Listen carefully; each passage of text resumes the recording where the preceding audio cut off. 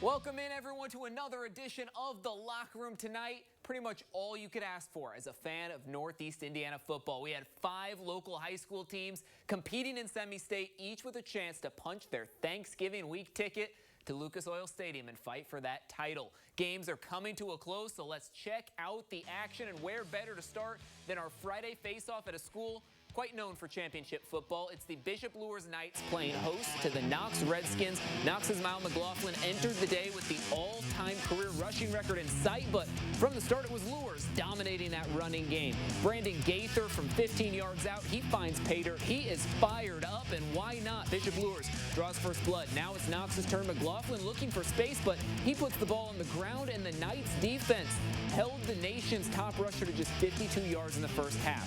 Then Gaither again with the ball. He finds room to run on the outside. He's in for 6, and not long after, it's T.J. Epperson's turn, the other half of that Bishop Luers duo.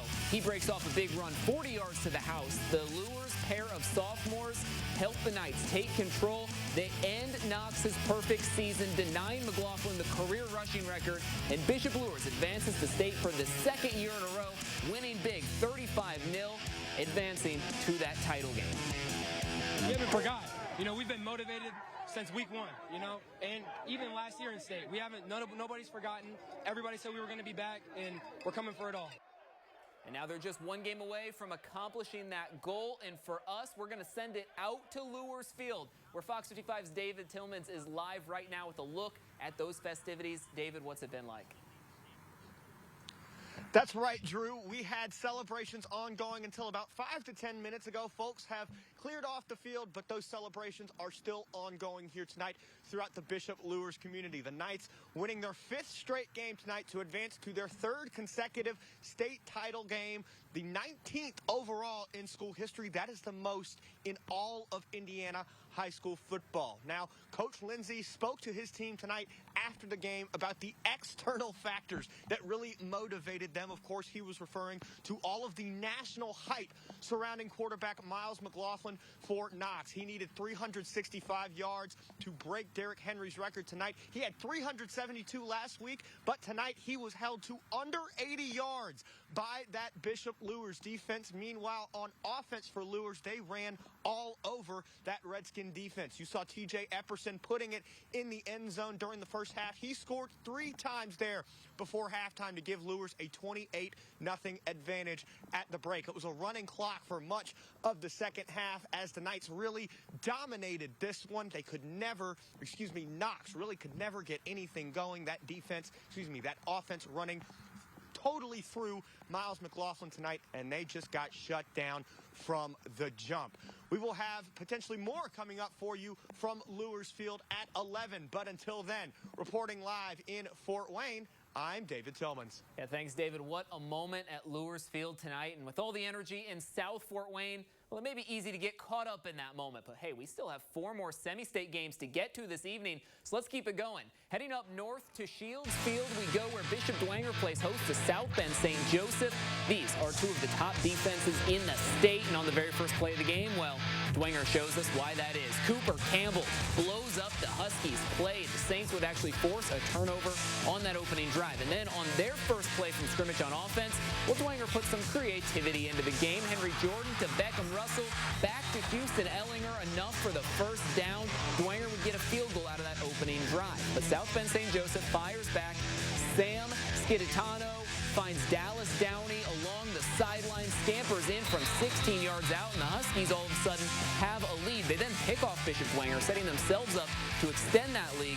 Here comes the field goal attempt by South Bend St. Joseph, but not too fast. Blocked by the Saints. That is Kenneth Piper who picks it up, and he is off to the races. He has blockers. He has a couple guys try and bring him down, but no one can. Tiptoes his way inbounds, 70 yards for the touchdown. Bishop Dwenger takes a 6-point lead into the break, and then they just extend it from there. The Saints are heading to the 4A state title game. Now up in Class 6A, a big crowd on a rainy night at Charger Stadium, where Carroll is 1 game away from returning to their title game in 6A, but needing to get through last year's runner-up Westfield first. About 4 minutes into the first quarter, Carroll 16 yards out. Gabe Freisinger to Jaden Van Pelt. We've seen that combo all year, but it's lateraled back to Freisinger, who has plenty of open space. Defense did not expect that one. Westfield blocks the extra point, but Carroll up 6. Then a few minutes later, Carroll with the ball. Freisinger to Heath, but Reed Decos intercepts it. That drive would lead to a touchdown, and the Shamrocks go up 7-6. Now, second quarter we go. Chargers with the ball. Freisinger throws it long. Mason Bowman, that is good. 32 yards for the touchdown. The Chargers would get the 2-point conversion, make it 14-7.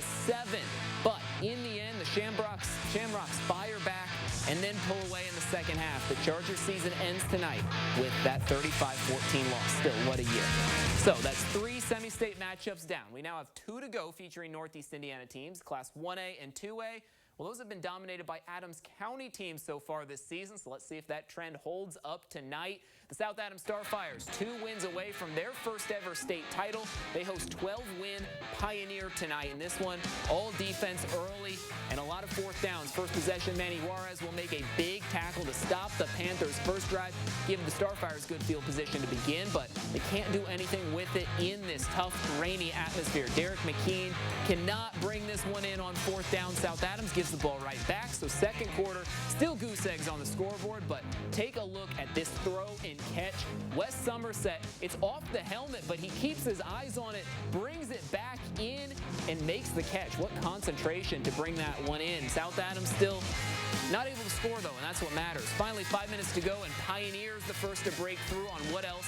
Fourth and down. The QB keeper by Micah Rands finally gets the team on the board, and for the second straight year, the Starfires will fall 1 game short of heading down to Indy. Pioneer wins this one 31-14. And finally, in Class 2A, the undefeated defending champs, Adams Central, looking to keep that title defense going at Andrean. Trailing by a field goal in the second quarter, but the Jets take the lead thanks to that punch-in by Jamison Roche, the QB keeper.